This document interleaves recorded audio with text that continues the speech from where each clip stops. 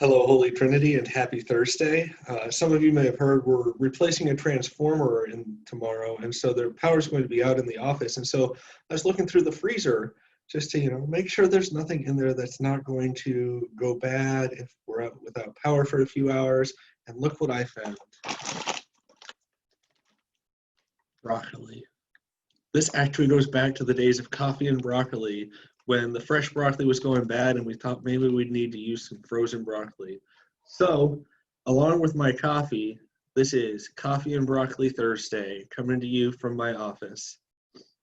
Now, I was thinking about those days and how some of the language that we've been using since that time has changed a little bit. And one of the specific ones I was thinking about was we were all talking about social distancing back then. And a lot of people still talking about social distancing, but the official term has been changed to physical distancing. And it was done for a reason, and words are important. What was being discovered over time was that social distancing was becoming a social problem when you aren't able to interact with people. And they changed the term to physical distancing because they wanted to say, even though you have to stand 6 feet apart, you should still have a social life. There should still be some way of socializing.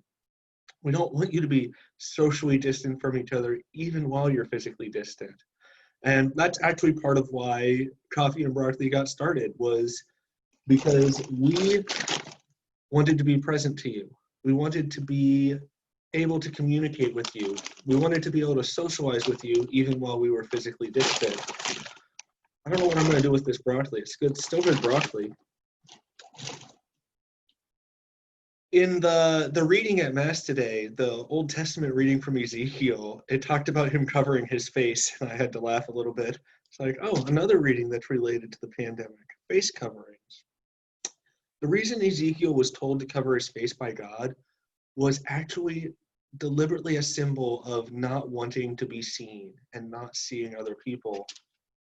And it was a prophecy by God that the people would be scattered and that they would hide their faces literally so they wouldn't be able to be seen.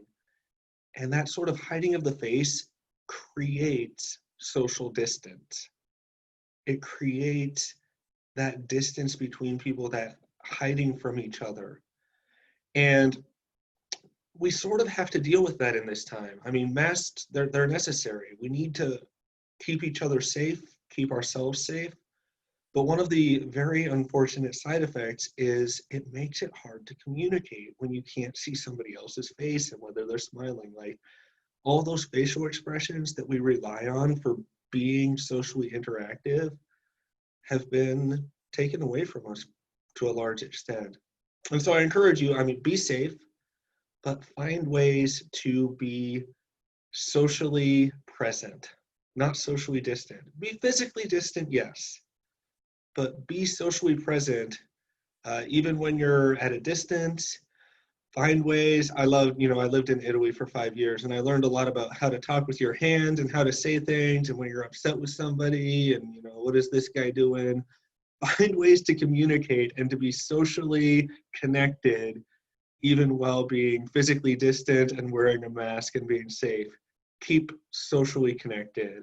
God bless you all. Love you all. Talk to you next week. Bye-bye.